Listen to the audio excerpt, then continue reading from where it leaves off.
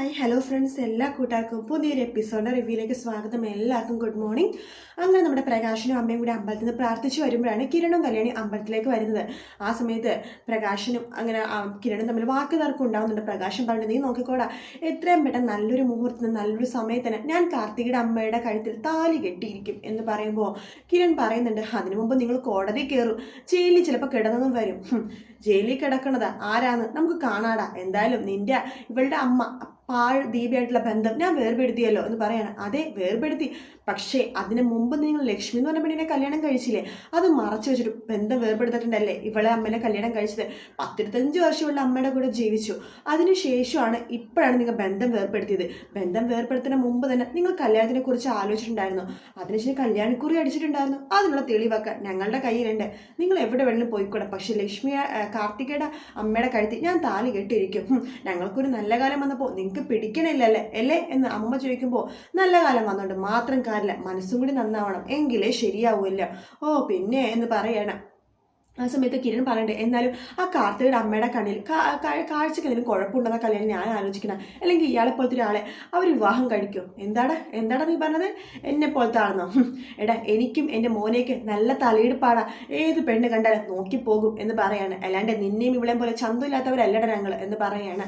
ആ സമയത്ത് പിന്നെ ഭയങ്കര തലയെടുപ്പാണല്ലോ എന്ന് പറയുമ്പോൾ, അതുകൊണ്ടിട്ടാടി അതേടി തലയെടുപ്പാണ്, അതുകൊണ്ടാടി ദൈവൻ്റെ പെങ്ങളുണ്ടല്ലോ സോണി, കല്യാണത്തിന് മുമ്പ് അവനെ കറക്കിയെടുത്തതും വയറ്റിലാക്കിയതൊക്കെ അതുകൊണ്ടിട്ടാന്ന് പറയാണ്.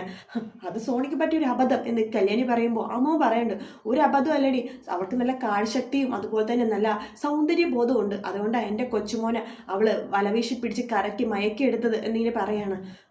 കല്യാണി, ഇവരെന്താ വെച്ചാൽ പറഞ്ഞോട്ടെ, നമുക്കൊരു കാര്യം ചെയ്യാം, അമ്പലത്തിൽ പോയി തൊഴുതിട്ട് വരാം.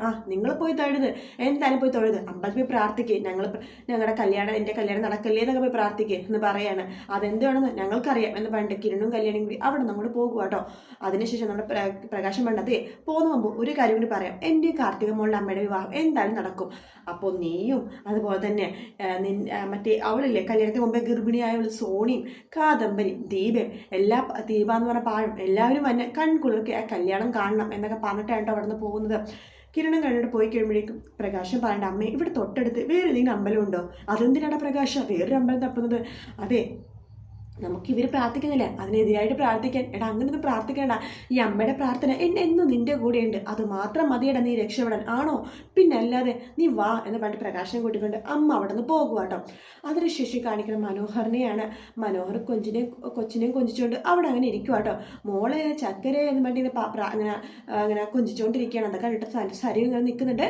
പെട്ടെന്ന് മനോഹർ ഇങ്ങനെ ആലോചിക്കുകയാണ്, എല്ലായിടത്തും കല്യാണം കഴിഞ്ഞിട്ട് ഒരു കൊച്ചാകുമ്പോഴേക്കും മുങ്ങണത, എപ്പോൾ ആ കൊച്ചിനെ കൊതിച്ചുകൊണ്ട് ഇങ്ങനെ ഇരിക്കണത്. ആദ്യമായിട്ട് ഇങ്ങനെ പുതിയ മേച്ചിൽ പുറംതിടാൻ സമയമായി, പക്ഷെ ഇവിടെ നിന്ന് കാര്യമായിട്ടൊന്നും തടഞ്ഞുമില്ല.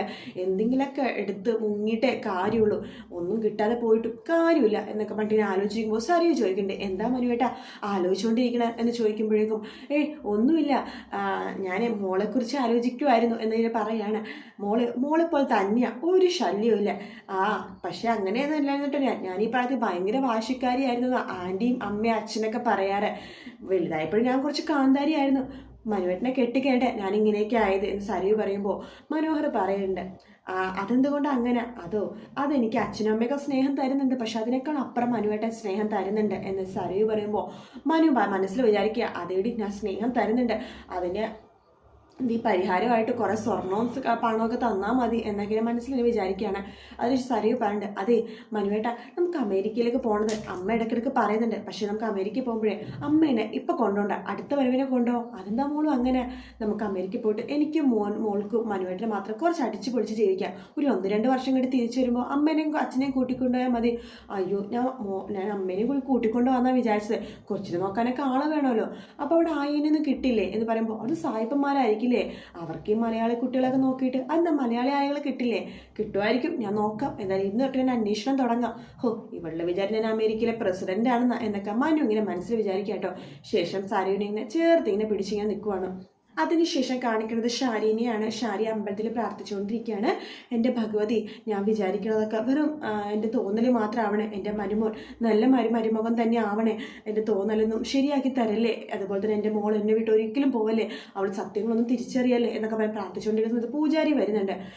കുറച്ച് നാളായാലും അമ്പലത്തിലൊക്കെ കണ്ടിട്ട് ഞാനിവിടെ ഉണ്ടായിരുന്ന പൂജാരി, മോള് പ്രസവിച്ചൊക്കെ ചെയ്തല്ലോ, അതുകൊണ്ടാണ് എന്ന് പറഞ്ഞിട്ട് ഇന്നെന്താ പെട്ടെന്ന് വന്നെന്ന് ചോദിക്കുമ്പോൾ അതോ കുറച്ച് പ്രാർത്ഥനയും കാര്യങ്ങളൊക്കെ ഉണ്ടായിരുന്നു. അങ്ങനെ പ്രാർത്ഥിക്കാൻ കാണുണ്ടാവാൻ മാത്രം ഭഗവതിനെ കാണാൻ വരരുത് കേട്ടോ, ഇടയ്ക്കിടയ്ക്ക് വരാൻ തിരുമേനി എന്ന് ഷാരി പറയാണ്. ആ സമയത്ത് തിരുമേനി മനസ്സിൽ വിചാരിക്കണം, കല്യാണിൻ്റെ അമ്മേനെയും കിഴനെയൊക്കെ ഒരുപാട് ഉപദ്രവിച്ചതല്ലേ, അനുഭവിക്കാനുള്ളതൊക്കെ അനുഭവിച്ചോ എന്നൊക്കെ മനസ്സിൽ ഇങ്ങനെ തിരുമേനി വിചാരിക്കുന്നുണ്ട്. ശേഷം നമ്മുടെ ഷാരി അവിടെ നിന്ന് പോണ സമയത്താണ് നമ്മുടെ നിഷയും അമ്മയും കൂടി അമ്പലത്തിലേക്ക് വരുന്നത്. ആ സമയത്ത് നിഷ പറയണ്ടേ, ദേ അമ്മേ അവർ വരുന്നുണ്ട്, ദേ അമ്മ വെറുതെ ദേഷ്യപ്പെട്ട് ഒന്നും പറയാൻ നിൽക്കരുട്ടോ, കിരണേട്ടനും കല്യാണിച്ച് പറഞ്ഞത് ഓർമ്മയുണ്ടല്ലോ, ഒന്നും നമ്മുടെ വായന വീടരുതെന്ന്, അമ്മ വാ എന്ന് പറഞ്ഞിട്ട് നിഷ അമ്മേനെയും കൂട്ടിക്കൊണ്ട് അമ്പലത്തിലേക്ക് പോവാണ്. ആ സമയത്ത് ഷാരി മനസ്സിൽ വിചാരിക്കുകയാണ്, ഈശ്വര ഞാൻ തേടിയ വള്ളി തന്നെ കാലി ചുറ്റിയല്ലോ എന്ന് പറഞ്ഞിട്ട് ഷാരി അവരുടെ അടുത്തേക്ക് പോകുന്നുണ്ട്. മോൾ അമേരിക്കയിൽ പോയില്ലേ എന്ന് നിഷയോട് ചോദിക്കുമ്പോഴേക്കും അപ്പോൾ നിഷയുടെ അമ്മ പറഞ്ഞത്, അതെ അമേരിക്കയിൽ പോകുമ്പോൾ അമേരിക്ക മാത്രമല്ല ലോകം മൊത്തം ചുറ്റാൻ പോയതിൻ്റെ മോള്, അങ്ങനത്തെ ഒരു മരുമോനാണല്ലോ കിട്ടിയിരിക്കുന്നത്, അതെന്താ നിങ്ങൾ അങ്ങനെ പറയണത് എന്ന് പറയുമ്പോഴേക്കും ഞങ്ങളൊന്നും പറയുന്നില്ല, അതെ ഞങ്ങൾക്കൊരു എൻ്റെ സദാശിവൻ ചേട്ടനെ ഒരു മോളുണ്ടായിരുന്നു, മൂത്ത മോൾ, ഇവളെക്കാൾ മൂത്തവൾ മേഘ്ന, അവളെ ഞങ്ങൾ ഒരുപാട് ഉപദ്രവിച്ചു, സ്നേഹിച്ചില്ല, അതിനുള്ള തെറ്റിനുള്ള ശിക്ഷ ദൈവം ഞങ്ങൾക്ക് തന്നു. അതുപോലെ തന്നെ ഇനി എന്തായാലും നിങ്ങളുടെ ഒരു കാര്യം എനിക്ക് പറയാനുള്ളൂ, നിങ്ങൾ കൂടി കൂട്ടു നിന്നാലോ ഈ ചതിക്ക്, നിങ്ങൾക്കൊരു മോളുള്ളതല്ലേ, നിങ്ങളെന്താ ഇങ്ങനെയൊക്കെ പറഞ്ഞത് എനിക്കൊന്നും മനസ്സിലാവണില്ല. അല്ല സദാശിവനേട്ടനും നിങ്ങളുടെ ഭർത്താവ് രാഹുൽ തമ്മിൽ ഭയങ്കര വലിയ ബന്ധമാണല്ലോ, ഫ്രണ്ട്സ് ആണല്ലോ, എന്നിട്ടും ആ ചതിക്ക് നിങ്ങളുടെ ഭർത്താവ് കൂടി കൂട്ടു നിന്നില്ലേ, നിങ്ങൾ പറഞ്ഞത് എനിക്ക് മനസ്സിലാവണില്ല, ഞങ്ങൾ അധികമൊന്നും പറയുന്നില്ല, അത്രമാത്രം നിങ്ങൾ അറിഞ്ഞാൽ മതി, വാ മോളെ എന്ന് പറഞ്ഞിട്ട് നമ്മുടെ നിഷേനെയും കൂട്ടിക്കൊണ്ട് അമ്പലത്തിലേക്ക് പോവാണ് നമ്മുടെ നിഷയുടെ അമ്മ. അതിനുശേഷം നമ്മുടെ ഷാരിക്കാകെ ആകെ ടെൻഷനാവാണ്, ഈശ്വര ഇവരെന്തൊക്കെ ഇങ്ങനെയൊക്കെ പറഞ്ഞത്, ഞാൻ സംശയിക്കണതൊക്കെ സത്യമാവാണ് ഈശ്വര എന്നൊക്കെ പറഞ്ഞിട്ട് നമ്മുടെ ഷാരി വീട്ടിലേക്ക് വരണം. ആ സമയത്ത് രാഹുൽ മുമ്പിൽ തന്നെ ഉണ്ടാവും കേട്ടോ. രാഹുൽ അടുത്തേക്ക് ദേഷ്യത്തോടെ വരുന്നുണ്ട്, എന്നിട്ട് പറയുന്നുണ്ട്, അതെ ഞാൻ അമ്പലത്തിൽ വെച്ചിട്ട് അവരെ കണ്ടിരുന്നു, ആ സദാശിവന്റെ ഭാര്യ അതുപോലെ തന്നെ അവരുടെ മോളുണ്ടായിരുന്നു നിഷ, അവർ കഴിഞ്ഞ ദിവസം തൊട്ട് എന്നെ കാണുമ്പോൾ ഒരു മാതിരിയാണ് സംസാരിക്കുന്നത്, ഇന്ന് കണ്ടപ്പോൾ പറയാ അവരുടെ മോളിലെ കുഴി ചാടിച്ചെന്ന്, അത് കൂട്ടുനിന്നു നിങ്ങളെന്ന്, അതിൻ്റെയൊക്കെ അർത്ഥം എന്താണെന്ന് ചോദിക്കുമ്പോഴേക്കും എനിക്കെങ്ങനെ അറിയാനാ എന്ന് രാഹുൽ പറയാണ്. അതിനുശേഷം നമ്മുടെ ഷാരി പറയുന്നുണ്ട്, അല്ല നിങ്ങൾ ഇടയ്ക്കിടയ്ക്ക് പറയണ്ടല്ലോ മനിമോൻ എൻ്റെ മോളെയും കൂട്ടിക്കൊണ്ട് അമേരിക്കയിൽ പോവില്ല എന്ന്, അതിനുള്ള കാരണം എന്താണെന്ന് ചോദിക്കുമ്പോൾ നീ എല്ലാ അന്വേഷണം തുടങ്ങിയെന്നല്ലേ പറഞ്ഞത്, നീ തന്നെ അന്വേഷിച്ച് കണ്ടുപിടിച്ചോ, ഇനി എന്ത് വേണമെങ്കിലും ഞാനൊരു തെറ്റ് ചെയ്തിട്ടുണ്ടെങ്കിൽ അതെല്ലാം നമ്മുടെ മോൾക്ക് വേണ്ടിയിട്ടാണ്. ഓഹോ അപ്പം നമ്മുടെ മോള് ജനിക്കണമെങ്കിൽ നിങ്ങൾ ഒരു തെറ്റും ചെയ്തിട്ടില്ലേ എന്ന് ചോദിക്കുമ്പോൾ രാഹുലൊന്നും മിണ്ടാതിരിക്കുക. നോക്കി ഒരു തീപ്പൊരി എൻ്റെ മനസ്സിൽ വീണിട്ടുണ്ടായിരുന്നു, അത് സത്യമാണെന്ന് ഞാൻ കണ്ടുപിടിച്ചു, അതുപോലെ തന്നെ ഇപ്പോൾ വലിയൊരു തീപ്പൊരി വീണിരിക്കുക, അത് സത്യമാണെന്ന് ഞാൻ തെളിഞ്ഞു കഴിഞ്ഞാൽ എല്ലാത്തിനും ഞാൻ കൊന്ന് ഞാനും ജയിലിൽ പോയി ഞാനും ചാവും എന്നൊക്കെ ഷാരി പറയാണ്. നീ എന്തൊക്കെയാണ് ഷാരി പറഞ്ഞത്, ഞാനിപ്പോൾ ഒന്നും പറയുന്നില്ല, പറയാതെ ഞാൻ കണ്ടുപിടിച്ചോളാം എന്നൊക്കെ പറഞ്ഞ് ഷാരി മുകളിലേക്ക് കയറി പോവാണ്. രാഹുൽ അങ്ങനെ തന്നെ അവിടെ നിൽക്കുവാണ്. ശേഷം മുകളിലേക്ക് പോകുമ്പോഴേക്കും ഷാരി നോക്കുമ്പോൾ മനു ഇങ്ങനെ കൊച്ചിനെ ഇങ്ങനെ കളിപ്പിച്ചുകൊണ്ടിരിക്കുക കേട്ടോ. ഈശ്വര ഞാൻ വിചാരിക്കണം സത്യമാവില്ല എന്നൊക്കെ ശാരീരിക മനസ്സിൽ ഇങ്ങനെ വിചാരിച്ചുകൊണ്ടിരിക്കുകയാണ്. പിന്നീട് കാണിക്കുന്ന കാർത്തികേനെയാണ്. കാർത്തിക രാത്രി ഉറങ്ങാതെ ജോലി ചെയ്തുകൊണ്ടിരിക്കുകയാണ്. മോളിതുവരെ ഉറങ്ങിയില്ലേ എന്ന് പറഞ്ഞിട്ട് പ്രകാശം വരുന്നുണ്ട്. ഇല്ല കുറച്ച് കമ്പനിയിലെ കണക്കൂടി നോക്കാനുണ്ട്. തമിഴ്നാട്ടിലെ അമ്മ നോക്കിയാലും ഞാൻ നോക്കിയാലും കുറച്ചൊരു തൃപ്തി ആവുള്ളൂ, മോൾക്ക് ഇതൊക്കെ വിക്രത്തിനെ ഏൽപ്പിച്ചൂടെ എന്ന് പ്രകാശം ചോദിക്കുമ്പോഴേക്കും നമ്മുടെ കാർത്തിക മനസ്സിൽ വിചാരിക്കണം, കള്ളൻ്റെ കയ്യിലായിരിക്കുന്ന കാര്യങ്ങൾ താക്കോല് കൊടുക്കോ എന്നിങ്ങനെ മനസ്സിൽ ഇങ്ങനെ വിചാരിക്കുന്നുണ്ട് കേട്ടോ. ഞാൻ വിക്രത്തിനെ കൊടുക്കാച്ച അച്ഛൻ്റെ അമ്മയുടെ കല്യാണം കഴിഞ്ഞോട്ടെ, എന്നിട്ട് എൻ്റെ പകുതി ജോലി ഭാരം അവനെ ഏൽപ്പിക്കാൻ ഞാൻ വിചാരിച്ചേക്കണത് എന്നിങ്ങനെ പറയാണ്. ഇനി അടുത്ത മുഹൂർത്തത്തിൽ തന്നെ അച്ഛൻ്റെ അമ്മയുടെ വിവാഹം നടത്തണം.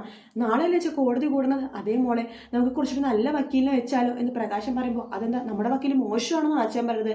മോശമാണെന്നല്ല മോളെ, കുറച്ചൊരു നല്ല വക്കീല് അതൊന്നും വേണ്ട അച്ഛാ, നമ്മുടെ വക്കീൽ നല്ല വക്കീല, നാളെ കോടതി കൂടുമ്പോൾ വേണ്ട പോലെ വക്കീൽ ചെയ്തോളും എന്ന് പറയാണ്. അങ്ങനെ അവർ സംസാരിച്ചുകൊണ്ടിരിക്കുന്ന ഭാഗത്തോട് കൂടിയിട്ടാട്ടോ ഇന്നത്തെ എപ്പിസോഡ് തീരുന്നത്. വീഡിയോ ഇഷ്ടപ്പെട്ടെങ്കിൽ ലൈക്ക് ചെയ്യുക, സബ്സ്ക്രൈബ് ചെയ്യാൻ മറക്കരുത്, കമൻറ്റ് ചെയ്യാൻ മറക്കരുത്. മറ്റൊരു വീഡിയോ ആയിട്ട് വീണ്ടും കാണാം ഫ്രണ്ട്സ്. അതുവരെ ടേക്ക് കെയർ. Bye bye.